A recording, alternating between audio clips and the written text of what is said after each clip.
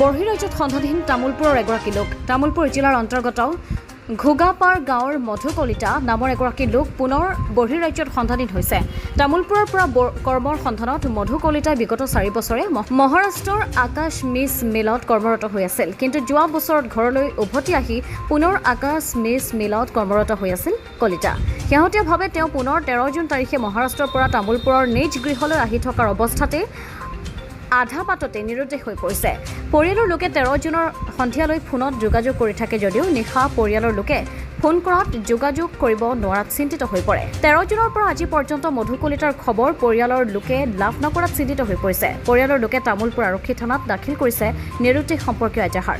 কোনো লোকে মধু কলিতাৰ সন্ধান পালে 7635950787 নম্বৰত যোগাযোগ কৰিবলৈ এতিয়া অনুৰোধ জনাইছে পৰিয়ালবৰ্গই। লগতে আপোনালোকে তামোলপুৰ আৰক্ষী থানাতো খবৰ দিব পাৰে। মহাৰাষ্ট্ৰৰ পৰা আমাৰ শহুৰ আহি আছিল, শহুৰৰ লগত এজন মানুহ আছিল আৰু তাৰপিছত এনতে মহাৰাষ্ট্ৰৰ পৰা বোম্বাইলৈকে আহকলৈকে আমাৰ লগত ফোনৰ যোগাযোগ আছিল। তাৰপিছত বোম্বাইৰ পৰা আৰু আমাৰ ফোনৰ যোগাযোগ নাই, মানুহজন আজিলৈকে আহি পোৱা নাই। কিমান দিন হ'ল? আজি 11 দিন হৈছে। আমি থানাতো এজাহাৰ দিছোঁ। যোগাযোগ হোৱা নাই ফোনত যোগাযোগ হোৱা নাই। লগত কোনোবা আছিল নেকি? লগত এজন মানুহ আছিল, সেইজন বৰ্তমান সেইজনৰো খবৰ নাই, তাৰমানে ফোনৰ যোগাযোগ নাই। আজিলৈকে পোৱাই নাই? নাই। তামোলপুৰৰ পৰা আনন্দ ৰামচিয়াৰীৰ ৰিপৰ্ট, অমৃত নিউজ 24/7।